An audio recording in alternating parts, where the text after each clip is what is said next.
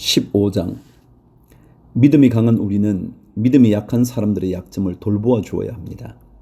우리는 자기에게 좋을 대로만 해서는 안 됩니다. 우리는 저마다 자기 이웃의 마음에 들게 행동하면서 유익을 주고 덕을 세워야 합니다. 그리스도께서도 자기에게 좋을 대로만 하지 않으셨습니다. 성경에 기록하기를 주님을 비방하는 자들의 비방이 내게 떨어졌다 한 것과 같습니다.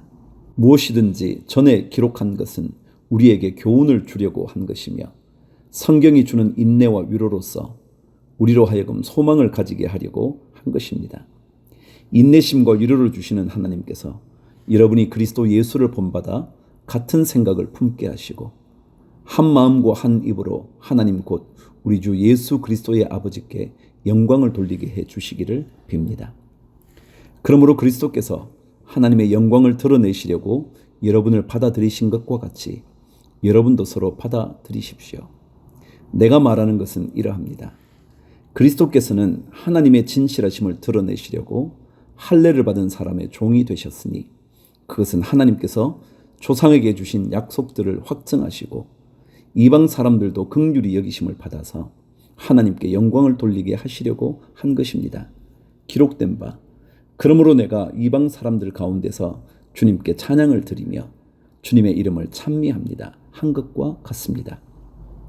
또 이방 사람들아 주님의 백성과 함께 즐거워하여라 하였으며 또 모든 이방 사람들은 주님을 찬양하여라 모든 백성들아 주님을 찬양하여라 하였습니다. 그리고 이사야가 말하기를 이새의 뿌리에서 싹이 나서 이방 사람을 다스리리가 일어날 것이니 이방 사람은 그에게 소망을 둘 것이다 하였습니다. 소망을 주시는 하나님께서 믿음에서 오는 모든 기쁨과 평화를 여러분에게 충만하게 주셔서 성령의 능력으로 소망이 여러분에게 차고 넘치기를 바랍니다. 14절. 나의 형제 자매 여러분, 나는 여러분 마음에 선함이 가득하고 온갖 지식이 넘쳐서 서로 권면할 능력이 있음을 확신합니다. 그러나 내가 몇 가지 점에 대해서 매우 담대하게 쓴 것은 하나님께서 내게 주신 은혜를 힘입어서 여러분의 기억을 새롭게 하려고 한 것입니다. 하나님께서 이 은혜를 내게 주신 것은 나로 하여금 이방 사람에게 보내심을 받은 그리스도 예수의 일꾼이 되게 하여 하나님의 복음을 전하는 제사장의 직무를 수행하게 하시려는 것입니다. 그리하여 이방 사람들로 하여금 성령으로 거룩하게 되게 하여 하나님께서 기쁨으로 받으실 제물이 되게 하시려는 것입니다. 그러므로 나는 하나님을 섬기는 일을 그리스도 예수 안에서 자랑스럽게 생각합니다. 그리스도께서 이방 사람들을 복종하게 하시려고 나를 시켜서 이루어 놓으신 것 밖에는 아무것도 감히 말하지 않겠습니다. 그 일은 말과 행동으로 표징과 이적의 능력으로 성령의 권능으로 이루어졌습니다. 그래서 나는 예루살렘에서 일루리곤에 이르기까지 두루 다니면서 그리스도의 복음을 남김없이 전파하였습니다. 나는 이와 같이 그리스도의 이름이 알려진 곳 말고 알려지지 않는 곳에서 복음을 전하는 것을 명예로 삼았습니다. 나는 남이 닦아놓은 터 위에다가 집을 짓지 않으려 하였습니다. 성경이 이렇게 기록한 바 그의 일을 알지 못하던 사람들이 보게 될 것이요 듣지 못하던 사람들이 깨닫게 될 것이다 한 것과 같습니다. 그래서 내가 여러분에게로 가려고 하였으나 여러 번 길이 막혔습니다. 그러나 이제는 이 지역에서 내가 일해야 할 곳이 더 없습니다. 여러 해 전부터 여러분에게로 가기를 바라고 있었으므로 내가 스페인으로 갈 때에 지나가는 길에 여러분을 만나보고 잠시 동안만이라도 여러분과 먼저 기쁨을 나누려고 합니다. 그 다음에 여러분의 후원을 얻어 그곳으로 가게 되기를 바랍니다. 그러나 지금 나는 성도들을 돕는 일로 예루살렘에 갑니다. 마케도니아와 아가야 사람들이 기쁜 마음으로 예루살렘에 사는 성도들 가운데 가난한 사람들에게 보낼 구제금을 마련하였기 때문입니다. 그들은 기쁜 마음으로 그렇게 하였습니다. 그들은 정말로 예루살렘 성도들에게 빚을 진 사람들입니다. 이방 사람들은 그들에게서 신령한 복을 나누어 받았으니 육신의 생활에 필요한 것으로 그들에게 봉사할 의무가 있습니다.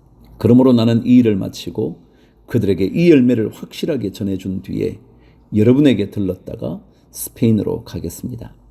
내가 여러분에게 갈 때에 그리스도의 충만한 복을 가지고 갈 것으로 압니다. 형제자매 여러분, 내가 우리 주 예수 그리스도를 힘입어서 그리고 성령의 사랑을 힘입어서 여러분에게 부탁합니다. 나도 기도합니다만 여러분도 나를 위하여 하나님께 열심으로 기도해 주십시오. 내가 유대에 있는 믿지 않는 자들에게서 화를 당하지 않도록, 그리고 또 내가 예루살렘으로 가져가는 구제금이 그곳 성도들에게 기쁘게 받아들여지도록 기도해 주십시오. 그래서 내가 하나님의 뜻을 따라 기쁨을 안고 여러분에게로 가서 여러분과 함께 즐겁게 쉴 수 있게 되도록 기도해 주십시오. 평화를 주시는 하나님께서 여러분 모두와 함께 하시기를 빕니다. 아멘. 이제 여러분과 복음서 중에 하나인 마가복음을 나누도록 합니다. 마가복음 1장. 하나님의 아들 예수 그리스도의 복음의 시작은 이러하다. 예언자 이사야의 글에 기록하기를, 보아라, 내가 내 심부름꾼을 너보다 앞서 보낸다. 그가 내 길을 닦을 것이다. 광야에서 외치는 이의 소리가 있다. 너희는 주님의 길을 예비하고 그의 길을 곧게 하여라 한 것과 같이 세례자 요한이 광야에 나타나서 죄를 용서받게 하는 회개의 세례를 선포하였다. 그래서 온 유대 지방 사람들과 온 예루살렘 주민들이 그에게로 나아가서 자기들의 죄를 고백하며 요단 강에서 그에게 세례를 받았다. 요한은 낙타털 옷을 입고 허리에 가죽띠를 띠고 메뚜기와 들꿀을 먹고 살았다. 그는 이렇게 선포하였다. 나보다 더 능력이 있는 이가 내 뒤에 오십니다. 나는 몸을 굽혀서 그의 신발끈을 풀 자격조차 없습니다. 나는 여러분에게 물로 세례를 주었지만 그는 여러분에게 성령으로 세례를 주실 것입니다. 그 무렵에 예수께서 갈릴리 나사렛으로부터 오셔서 요단 강에서 요한에게 세례를 받으셨다. 예수께서 물속에서 막 올라오시는데 하늘이 갈라지고 성령이 비둘기같이 자기에게 내려오는 것을 보셨다. 그리고 하늘로부터 소리가 났다. 너는 내 사랑하는 아들이다. 내가 너를 좋아한다. 그리고 곧 성령이 예수를 광야로 내보내셨다. 예수께서 40일 동안 광야에 계셨는데 거기서 사탄에게 시험을 받으셨다. 예수께서 들짐승들과 함께 지내셨는데 천사들이 그의 시중을 들었다. 요한이 잡힌 뒤에 예수께서 갈릴리에 오셔서 하나님의 복음을 선포하셨다. 때가 찼다. 하나님의 나라가 가까이 왔다. 회개하여라. 복음을 믿으라. 16절. 예수께서 갈릴리 바닷가를 지나가시다가 시몬과 그의 동생 안드레가 바다에서 그물을 던지고 있는 것을 보셨다. 그들은 어부였다. 예수께서 그들에게 말씀하셨다. 나를 따라오너라. 내가 너희를 사람을 낚는 어부가 되게 하겠다. 그들은 곧 그물을 버리고 예수를 따라갔다. 예수께서 조금 더 가시다가 세베대의 아들 야고보와 그의 동생 요한이 배에서 그물을 깁고 있는 것을 보시고 곧바로 그들을 부르셨다. 그들은 아버지 세베대를 일꾼들과 함께 배에 남겨두고 곧 예수를 따라갔다. 21절. 그들은 가버나움으로 들어갔다. 예수께서 안식일에 곧바로 회당에 들어가서 가르치셨는데 사람들은 그의 가르침에 놀랐다. 예수께서 율법학자들과는 달리 권위 있게 가르치셨기 때문이다. 그때 회당에 악한 귀신 들린 사람이 하나 있었는데 그가 큰 소리로 이렇게 말하였다. 나사렛 사람 예수님, 왜 우리를 간섭하려 하십니까? 우리를 없애려고 오셨습니까? 나는 당신이 누구인지 압니다. 하나님께서 보내신 거룩한 분입니다. 예수께서 그를 꾸짖어 말씀하셨다. 입을 다물고 이 사람에게서 나가라. 그러자 악한 귀신은 그에게 경련을 일으켜 놓고서 큰 소리를 지르며 떠나갔다. 사람들이 모두 놀라서 이게 어찌된 일이냐? 권위 있는 새로운 가르침이다. 그가 악한 귀신들에게 명하시니 그들도 복종하는구나 하면서 서로 물었다. 그리하여 예수의 소문이 곧 갈릴리 주위의 온 지역에 두루 퍼졌다. 그들은 회당에서 나와서 곧바로 야고보와 요한과 함께 시몬과 안드레의 집으로 갔다. 마침 시몬의 장모가 열병으로 누워 있었는데 사람들은 그 사정을 예수께 말씀드렸다. 예수께서 그 여자에게 다가가셔서 그 손을 잡아 일으키시니 열병이 떠나고 그 여자는 그들의 시중을 들었다. 해가 져서 날이 저물 때에 사람들이 모든 병자와 귀신 들린 사람을 예수께로 데리고 왔다. 그리고 온 동네 사람이 문 앞에 모여들었다. 그는 온갖 병에 걸린 사람들을 고쳐주시고 많은 귀신을 내쫓으셨다. 예수께서는 귀신들이 말하는 것을 허락하지 않으셨다. 그들이 예수가 누구인지를 알았기 때문이다. 아주 이른 새벽에 예수께서 일어나서 외딴 곳으로 나가셔서 거기에서 기도하고 계셨다.